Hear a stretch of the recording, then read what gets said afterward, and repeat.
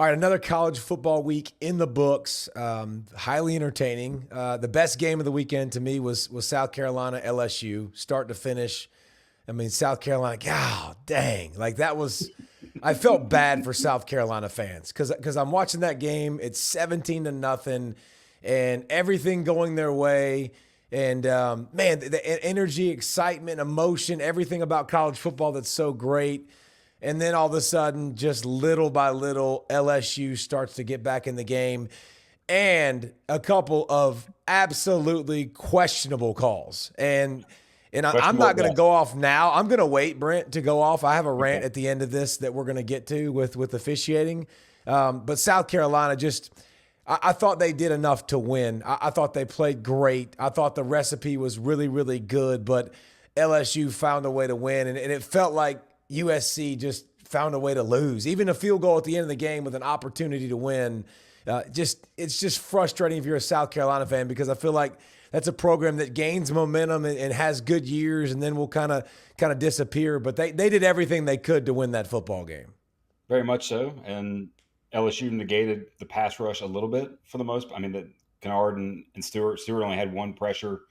The entertaining part, yes, I think those are like for us, by the way, we've always had internet issues out here where we live, and now we don't. And I'm trying the whole YouTube TV experience, and with 4 games at once, it's quite awesome. It's and fantastic. Seeing that, BC, Mizzou, all that, I'm welcome to the 2020s for me. So it was a good time, great exciting game, but it was amazing that it took forever. Like that game lasted way longer than the other. But the big thing for LSU, finding a running game. Caden with a C, Durham. Freshman running back, running to the left, had that bowling ball build. Like he's really, you could tell, thick, built low to the ground, busting tackles left and right. Really, and here's the thing, man. I'm watching that game and I'm going, LSU, if you want to pass the football every play against a team that loves to pin their ears back and rush the quarterback, that's a dumb recipe. That's not smart. And even third down and short early in the game, LSU still wanting to throw the football, and they started to sprinkle in the run. Those ends fly upfield. I run right behind them. I tuck in behind them, and I get some positive yards. Dude, Garrett Nussmeier, tip of the cap, sir. Like, I love you because what you just did in that environment – he got smacked around early. They got smacked around early. South Carolina blocked a punt, turned him over, like everything going that way, and he slowly just took him back down the field. Got hit a bunch. LSU coaching staffs, I got to give a lot of credit to their OC, man. Rolling the pocket, half rolls, getting the running game involved, doing a really good job getting the football out of his hands quickly. Like, he was getting hit early, and they had answers to the test. And then South Carolina ran out of gas. And then what the heck is going on with the roughing the passers? I mean, they make an unbelievable play. Kennard gets to him and hits him, basically forces an INT, forces him to throw the football, and then he touches him. Like, he gives him a little touch, and it's a 15-yard penalty. I'm not sure what you want him to do, but South Carolina fans – I would be happy with where I'm at. Lenoris Sellers, if he doesn't get hurt, that might be a totally different game too. Like, first game without the specs, kudos. Explosive. He had the contact lenses, and he was making big plays with his feet. He was making enough plays with his arm. If I'm a South Carolina fan, I feel like I let one get away. But I also see young talent on my team making plays, transfer portal making plays. So I think I'm still very optimistic if I'm a South Carolina Gamecock. And LSU, you got 2 weeks. You got UCLA coming in and then South Alabama, and before Ole Miss comes to town, and then it's a big game. All right, so let's get to the battle of the unbeatens. That was Friday night. Home team took care of business, and the Norfolk County Titans got the shutout. Never mind. We'll talk about Kansas State and Arizona, where basically the home team big time took care of business for the Wildcats. What was the phrase? Every man a Wildcat, you said? Email, baby. Every man a Wildcat. First time I saw Kansas State look like Kansas State. I mean, they played really good defense. Fafita was running for his life.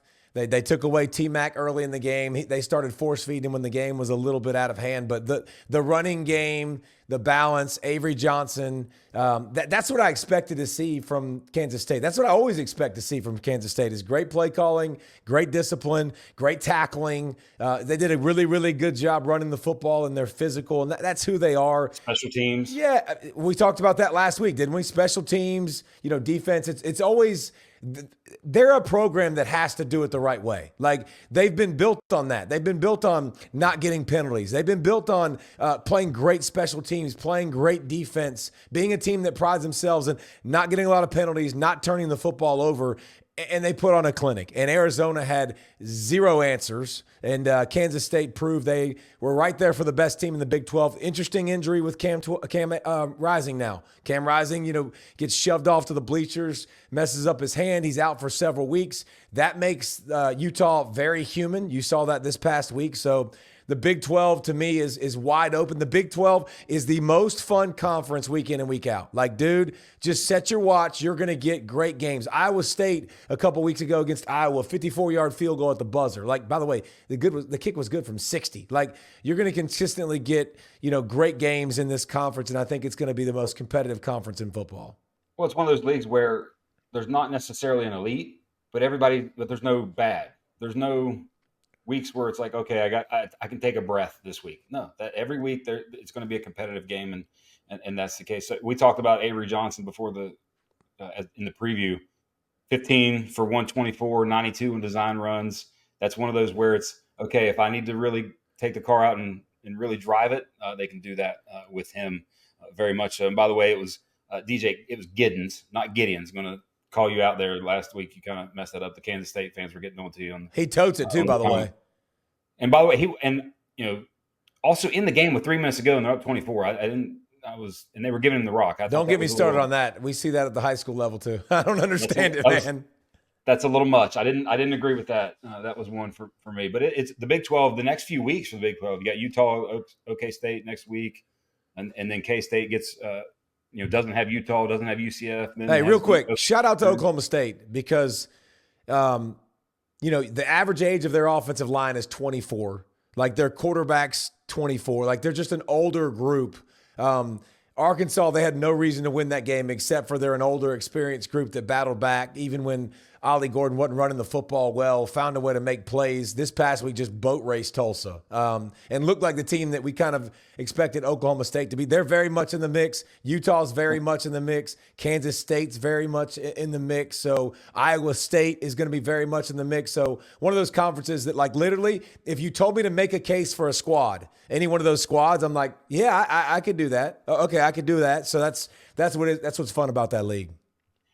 All right, next to another sort of early in the day game, BC goes to Mizzou and jumps out early. Gets up 14-3, and then Castellanos throws his first sort of interception, first turnover-worthy play of the season, and then Missouri scores 24 straight before a late BC touchdown. But Missouri taking care of business. Yeah, taking care of business sloppily. It wasn't pretty, and their defense hadn't given them a point coming into the game. First drive, hands to the face, which extended the drive. They got a 4th and 3, and then they got converted a 4th and 3 for a touchdown. Busted coverage on a strange play that the ball goes over Castellanos' head. The corner comes sprinting up, just leaves the guy right behind him, which led to a 7. So they kind of had some mistakes that I think Boston College did a good job of taking advantage of. Boston College is a good team, but Castellanos, I love what they did. Keep him in the pocket, man. He's 5'9". He's a ball of energy. He can fly, but he's a smaller guy. His interceptions, you watch, Brent, they kept him in the pocket. He's having to throw over his big, huge lineman, and he made a few mistakes. Missouri capitalized on it. And here's what I like about Missouri. They know exactly who they are. They don't apologize for it. They've got to do a couple things better. They got to create more explosive plays on offense. They're not doing enough of that. Luther Burden, welcome to the season. Like, he was really good with the ball in his hands. He was great. But the 8 down the for field 117. passing is going to have to grow. It's going to have to get better. They run that zone stretch scheme with the running back, man, and it's just Noel's good, by the way. Like Schrader goes out, Noel comes in from App State, and you think maybe they lose a little bit at the running back spot. I'm telling you, the kid is good. He is really good. And then Brady Cook's feet, after that stretch, now you can pull it. He can make plays off of it. Had a rushing touchdown. It looked like he about blew his knee out. Thank goodness. Stayed up and ran in. But Missouri's offense, man, it's well designed. It's got athletes, Theo Weiss. It's got, a running quarterback in Brady Cook with experience. They just have way too many penalties offensively, and they don't create enough explosive plays. So I still trust Missouri. I think they're going to be really good on defense. I think they'll be really good on offense. But when they play, teams like Ole Miss, teams like Alabama that can really, really score, those are the teams that I wonder about with them, if they can go tit for tat and put up a bunch of points, because they can play keep away. They can play, if they can play discipline and cut down the penalties, I think they can be explosive. Yeah, and this they go win at A&M, so they got Vandy at A&M, at UMass, and then Auburn. Potentially would be 7-0 going into Tuscaloosa, so it could be good for them. I mean, you just going to chalk up A&M for them? No, I'm not. That would be a tough game. All road games in the SEC are tough. Speaking of all road games in the SEC are tough, the Georgia Bulldogs had a nice little tough game with the Kentucky Wildcats, which I have now penciled in as fact that is going to be a low-scoring slugfest now until proven otherwise. Field goal fest. It's interesting. I don't think Georgia's defense had Kentucky's offense, I don't think, entered the red zone, did they? Like, they didn't even get into the red zone. And it felt like Georgia's defense were on their heels, because Kentucky – now, listen, Jordan Hall, Warren Brinson, Michael Williams, like – you had guys that were out, but it's next guy in. That's fine. But when I watched their defense, they gave up more yards rushing than we've seen. Kentucky was very physical. Vandegrift was efficient. I wonder, Brent, when Georgia plays a better passing attack, if they give up run plays like that and they can create a little bit of balance, I wonder about the secondary and the coverage in the back end. I don't think we've seen enough of that yet, enough playmakers to really put them in a bind. I'm still curious.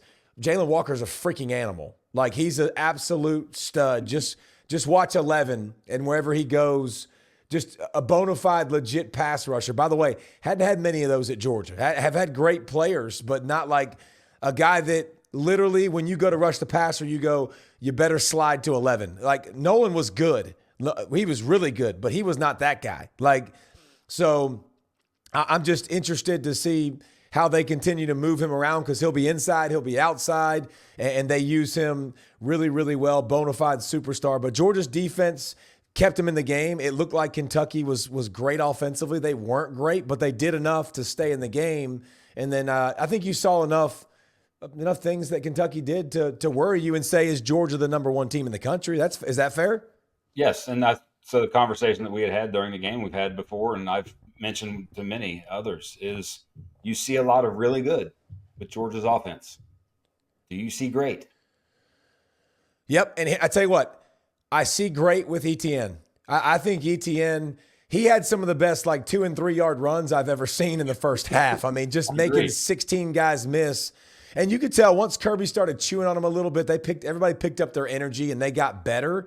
But I don't know that I think Delp is good. Pronounce the tight ends from Stanford's name, Jurasic. Blocking was an absolute nightmare to start the game on a couple plays in a row, and that's why you didn't see him, by the way, for a long time. And Lucky and Delp played the majority of the game from that point on. Receivers are good. I'm still looking for great. Beck has been good. Like, he hasn't been great. Surprised, man, that I wanted to see Carson Beck take that next step. Listen, Georgia is good. Like, we're not getting this twisted. Georgia's great. And they're one of the few teams that are in this category. But when you're talking about, do you see special and great?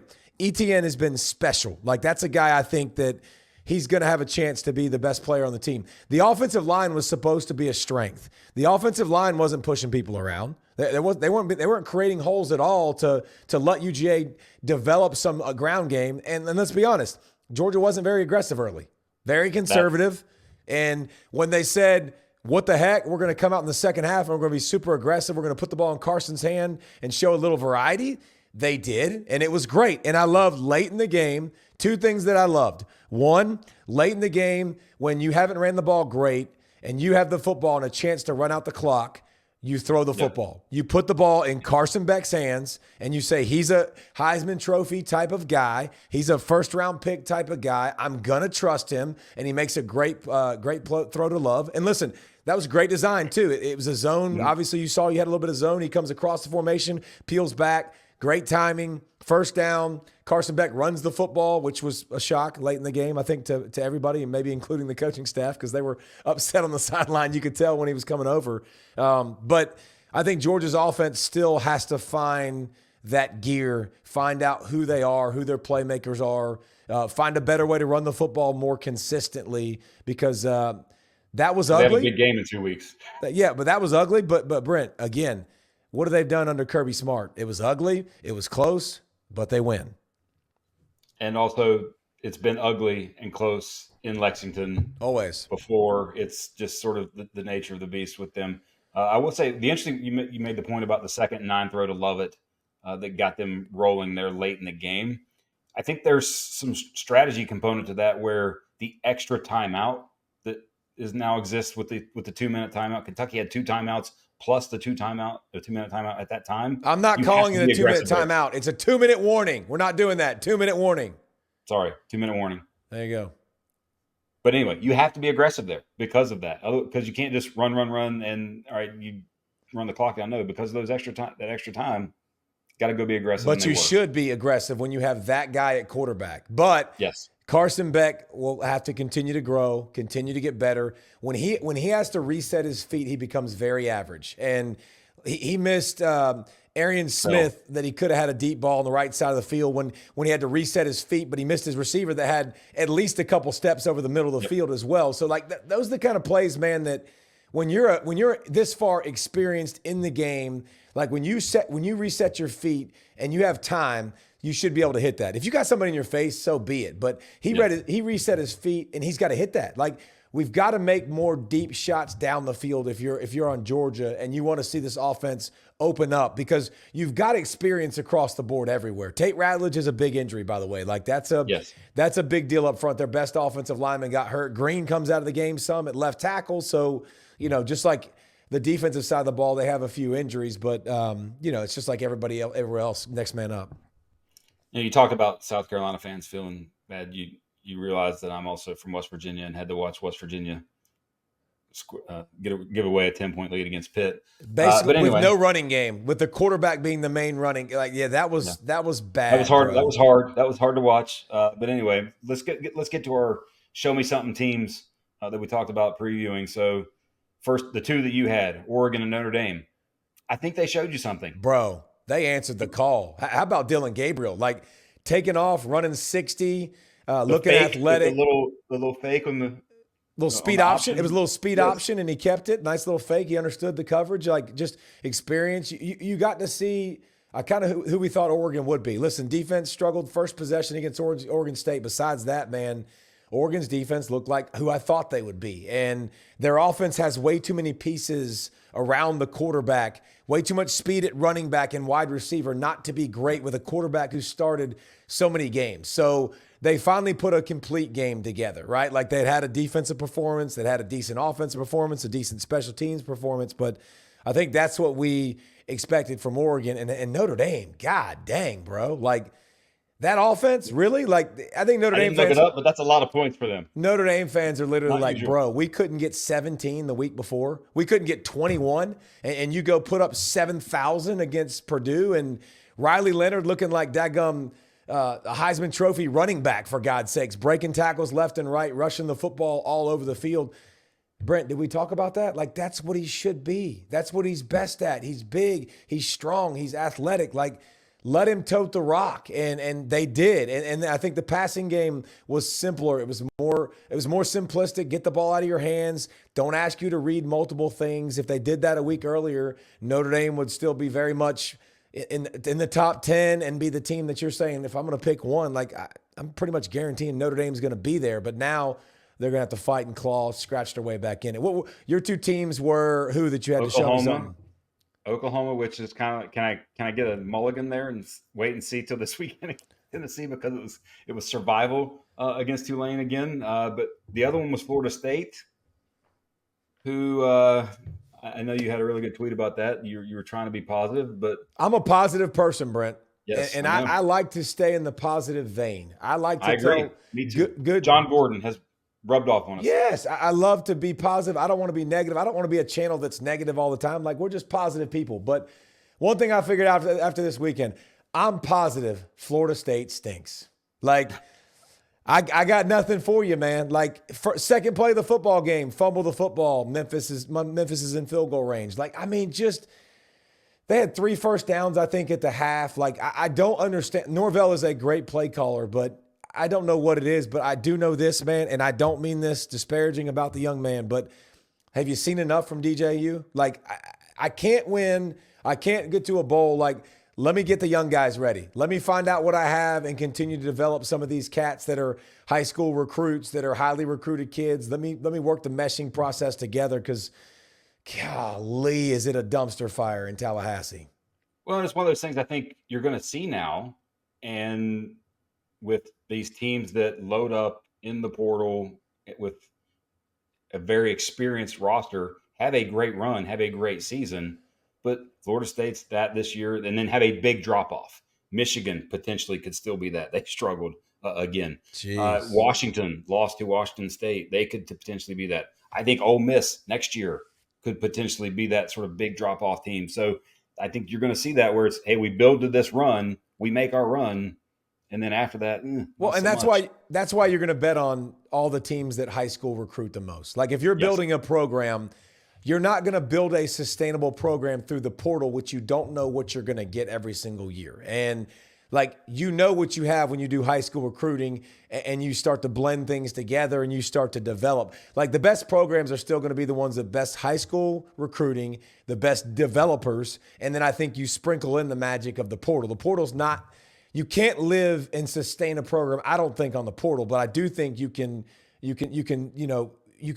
take away some of those holes and deficiencies in youth and inexperience with guys that are experienced to come, fill some gaps. So listen, Florida State, I'm interested to see how it finishes. Washington State, you mentioned, by the way. How about Washington State? Hey, it's all good. Washington, you left us. We got stranded holding the bag in the Pac-2, which, by the way, now all of a sudden in the Pac, they're not the 2-pack anymore. We talked about that last week. 6-pack. Just randomly during the season, we're gonna go grab a few more teams. Hey, y'all, come on in, bro. We're gonna make a league. Washington State gets to just go, yep, eat it, Washington. You jump ship. We just beat your face in. Like, again, it was a good game, but I just think they had the opportunity to brag a little bit, so they showed us something as well. Very much so. And speaking of high school recruiting, there was a pretty big high school recruit that played quarterback that went to Texas, and his family has a pretty good name. What'd you think of Arch coming in for yours? How about the wheels, the straight athleticism, hitting like 20 on the GPS? I think Texas has done enough to show me that they're the number 1 team in the country. I agree. I mean, going into Michigan, emphatic win. I don't think Michigan's great, but I do think when I watch their offense, man, I feel like they're going to be explosive every week. I feel like they have a good identity. I feel like defensively they're extremely solid, going to be great. So I think Texas, I would be surprised if Texas isn't. And listen, it doesn't matter. It doesn't matter who's number 1, but it's supposed to be a week-to-week basis of what you saw, who you think improved, what they've done. Like, listen, Georgia number 1, agreed. Clemson, that's a big win.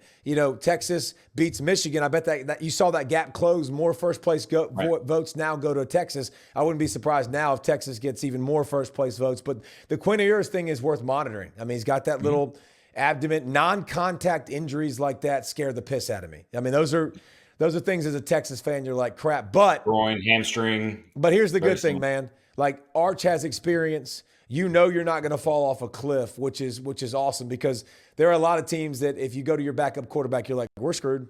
We're hosed. But you got a kid that came out of high school, highly recruited, sat for not 1 year, 2 years. Like, This guy, I mean, that says something about who he is. So what does that mean? He sits in the system. Like Carson Beck sat in the system after Stetson Bennett. He knew the system. He can come in and fire on all cylinders. So, I mean, just it's huge for Texas to have a backup quarterback with that kind of talent. The ability to run, too, I think is important to extend plays. But you do lose experience, so some of that will be canceled out. But I think Texas will be number one this week. Master of misdirection. I think to me that is what Sark is so good. In terms of the play card. All right, so one thing we're going to do each week is kind of look at who's somebody maybe we should be talking about in the grand scheme of college football. So who should we be talking about, Davey? How about Memphis? I mean, Florida State was a big game that we looked at for them to say, they can lose that game. Possibly Florida State's really good and still be in the college football playoff. Remember, one of these teams are getting in, whether you like it or not. There is no, they're really high ranked. Like they're going to get in the college football playoff. You look at their schedule. I got it right here. They got Navy. They got MTSU, South Florida, which we saw with Alabama. That could be a good game at South Florida. And South Florida is going to be, they're 2-1, but they lost to Bama. It was a pretty respectable loss till late in that football game. Charlotte, UTSA, and then we'll go all the way down to the bottom. They play Tulane. So I think Memphis is a team that, with all the Power 5, the non-Power 5, what do you call them, G5? Like all the, whatever those people, whatever the non-Power 4 people are. A lot of casualties of war early in the season and a lot of losses. Memphis still very much chugging along, and I think they're going to be that team in the playoff with Hennigan in that offense. Mine was the other team that played on Friday night. So think about if you're a Kansas State fan, you thump Arizona, and then you see Kansas get beat at home by UNLV, who now has 2 Power 4 road victories already at Houston and at Kansas, and is 3-0 for the first time in 40 years. Barry Odom doing some work in Vegas. Hey, great unis too. Those gray-on-gray UNLV unis were pretty daggum sweet. I have a couple of things that is driving me crazy so far through this season. I'm going to go through the order. Okay, targeting. Week in, week out, I see targeting affect games. It drives me nuts. These kids work their flipping tail off all season, all year to get kicked out of a game for a targeting call that's questionable. Listen, if the dude knocks a dude's face off and it's clear and it's malicious, throw him out of the game. Otherwise, let's do the flagrant 1, flagrant 2, keep him in the football game, let him continue to play with his teammates, what he's worked so hard for. I saw a targeting, Brent, this week where a guy jumped up, he's in the air, and he gets hit underneath, not even helmet to helmet, and the guy gets a targeting call. I'm like, what on earth are we doing? So that's one part of this rant. The stemming. We're not going to get the stemming crap down at all. Like, what are we doing? Sometimes the defensive linemen can stem and move, and it's a flag on them. Sometimes they can't move, and it's not a flag on them. The offense has every advantage in the book. You know when the snap count is. You can shift. You can motion. We can't put our hands on you past a certain distance when you're throwing the football. We can't touch your freaking quarterbacks anymore, for God's sakes. That leads me to my last one, okay? So the stemming, called here, called there. Last one, roughing the passer. Dude, Jalen Walker hits Brock Vandagriff with the ball in his hand. The ball is in his hand when he's making contact, and they call roughing the passer. I get it. You want to protect quarterbacks, but I'll do you one better. Like, how about Kennard from South Carolina? If the quarterback throws an interception, if you are bad enough to throw an interception, you made a bad football play, and now you have to become a defender and go make a tackle, I should be able to block you. There's no reason we should put ringing bells on you and glowing lights like you can't touch that guy when you're going to make a tackle. So those are things that are just driving me nuts, and I had to get them out of my chest because I'm about to explode, because all those things are legislated different across the board. They all affect games, which drive me nuts, and we've got to figure out a way to make this where we can watch it and we can say, yes, it is, no, it isn't, because there's too much of this give and take crap. The targeting to me is easy because intent, I think, is very clear to see in this game, that the launching and the crown of the helmet versus just trying to make a tackle at, when people are running like crazy and somebody, you don't know that this guy's getting moved down a little bit. So the tight end slides down just a little bit when he's trying to get there. And then all of a sudden I was going to hit him here, but now I hit him in the head. Like, it happens way too fast. And you can definitively see intent. Flagrant 1, flagrant 2, just like they do in basketball. That should be easy. roughing the one on Jalen Walker was beyond. Yeah, but how about South Carolina? Third down too. South Carolina, you lost the game because that one. It was Kennard, wasn't it? He literally and pushed his Nussmeier. He pushed him. He two-hand pushed him. For goodness sakes, what do you want him to do? I'm sorry, bro. Let me get in your way. Like, he didn't take a 10-yard running start, and it's a football game. Him. Like, it is a physical game. And I know we're trying to protect people, and they've done a great job. Listen, I broke my neck playing football, okay? Like, I get it. I want to protect these players as much as anybody, but we've got to be able to play the game. Some of these calls are absolutely awful. They're terrible. If a quarterback has a ball in his hand and he gets hit and it's not up top, forget it. Like, you're going to give me a strike zone like this?